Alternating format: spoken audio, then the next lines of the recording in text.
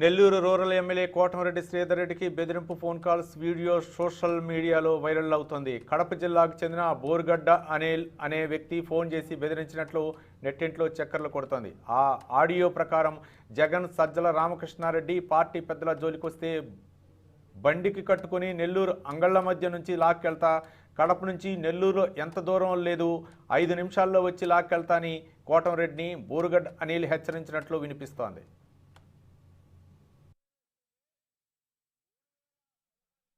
మాట్లాడుతున్నామా? నేను చెప్తాను ఫోన్.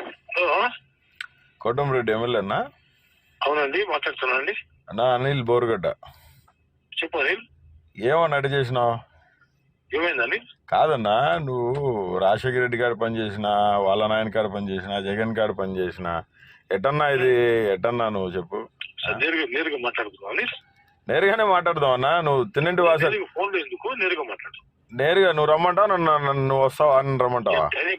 నేరుగా మాట్లాడుతున్నావా? నేను చెప్తాను, ఫోన్ చేస్తాను నీకు. కాదన్నా, కరెక్ట్ గా కాదన్నా. ఇప్పుడు కాదు, ఒక మాట ప్రశ్నకు సమాధానం చెప్పు.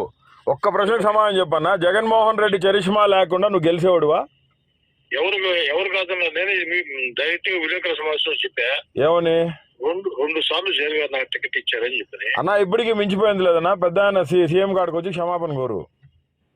అట్టలే కాదన్నా, లేదంటే ప్రజాగ్రహానికి నువ్వు గురవుతావు. సీరియస్ చెప్తున్నా నీకు. అట్టే నీళ్ళు ఓకే మా, థ్యాంక్ యూ. నువ్వు నన్ను తిట్టాల్సిన అవసరం. తిట్టాల్సిన పని లేదన్నా. నువ్వు తిట్టే కాదు, పెద్ద ఆయన జోలికి వచ్చినావు అంటే రోడ్ల మీద ఈడ్చుకుంటూ వస్తాం చెప్తున్నా. సీఎం జోలికి వచ్చినావు అంటే మాత్రం రోడ్లో బండి కట్టుకుని ఈడ్చుకుని పోతాను నెల్లూరు అంగళ్ళలో చెప్తున్నా.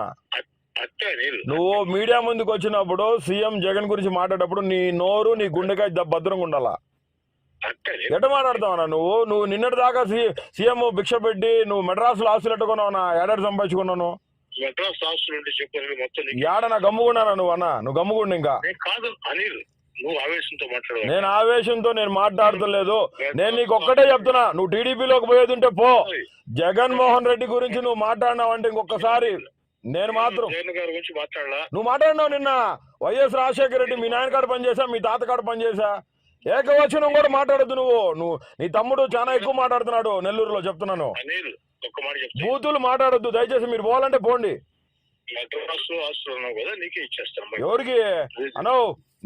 నువ్వు నీ కథ మొత్తం తెలుసు. నేను నీకు ఒకటే విషయం చెప్తున్నాను, నువ్వు పో.